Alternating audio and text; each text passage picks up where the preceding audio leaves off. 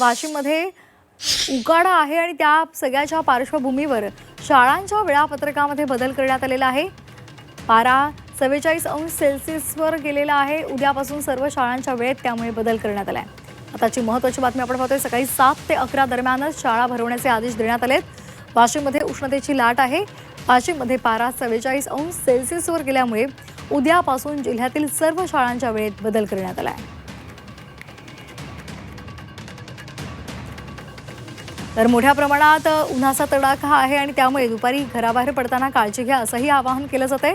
मात्र दुसरीकडे शाळा सुरू असल्यामुळे त्या विद्यार्थ्यांना सुद्धा याचा त्रास होऊ शकतो, त्यांच्या आरोग्यावर विपरीत परिणाम होऊ शकतो आणि म्हणूनच आता त्यांच्या शाळांच्या वेळेमध्ये बदल केलेला आहे। सकाळी 7 ते सकाळी 11 वाजेपर्यंतच या शाळा भरवण्याचे आदेश आता विभागाने दिलेत।